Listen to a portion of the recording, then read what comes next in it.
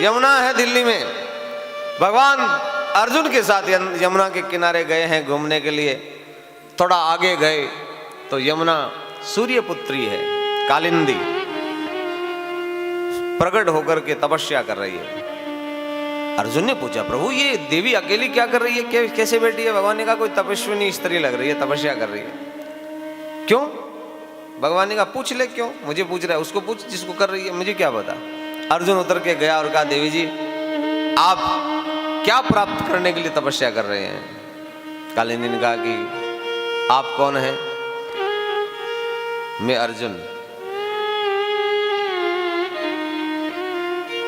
मैं कृष्ण, द्वारकाधीश श्री कृष्ण को पति रूप से वर्ण करना चाहती हूं।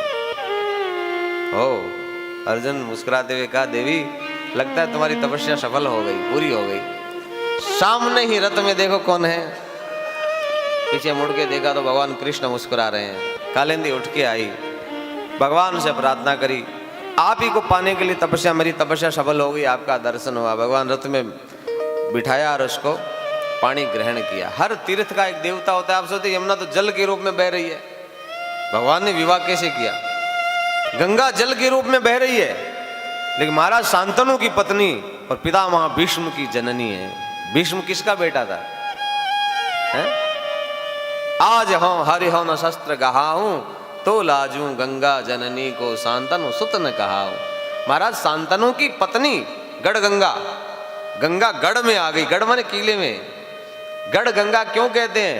बोले गंगा गढ़ में, गढ़ माने गढ़ होता है ना, राजाओं महाराजाओं गढ़ होता है, तो गंगा बहू बन करके गढ़ में आई महाराज शांतनु के किले में। उसका नाम हुआ गढ़ गंगा। हसनापुर के पास में ही है गढ़ गंगा, है ना, इसलिए उसको गढ़ गंगा कहते हैं।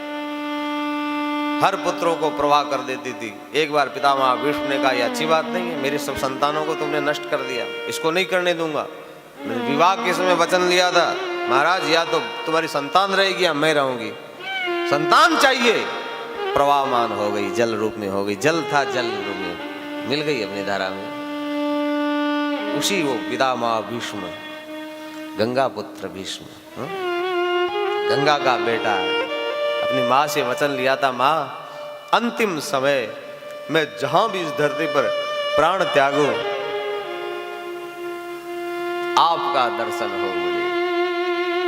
इच्छा मृत्यु। तब अंतिम समय अर्जुन कहते हैं, दादा आपकी कोई इच्छा हो तो बताओ। बेटा मुझे प्यास लगी है। कुछ लोग झाड़ी में जल लेके आए। पितामह ने कहा, ये झाड़ी वाला जल नहीं है।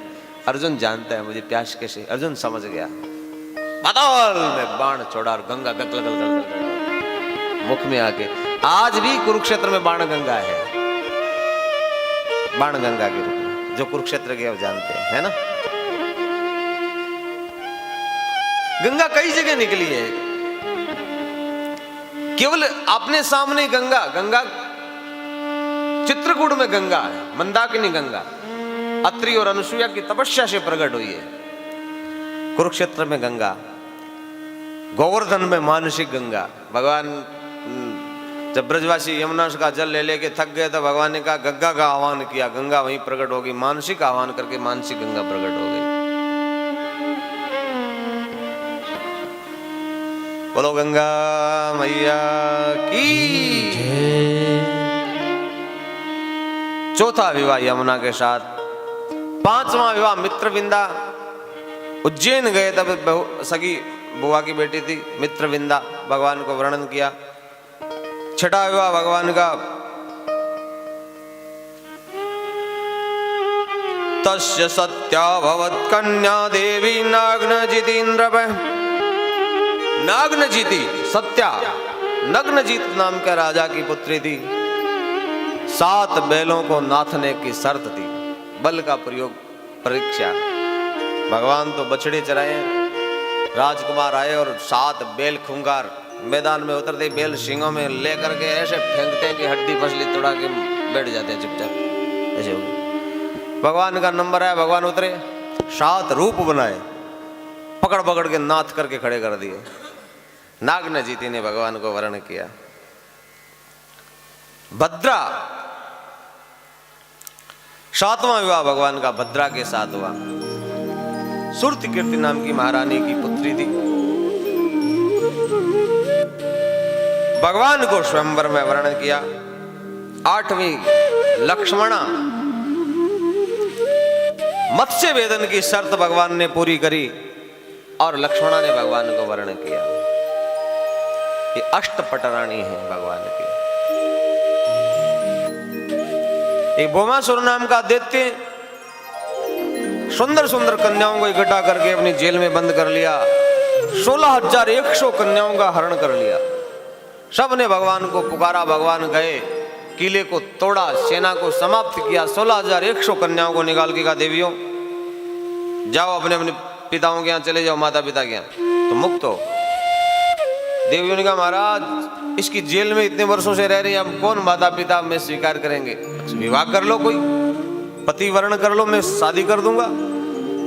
कि अब कौन पति है? ये समाज बड़ा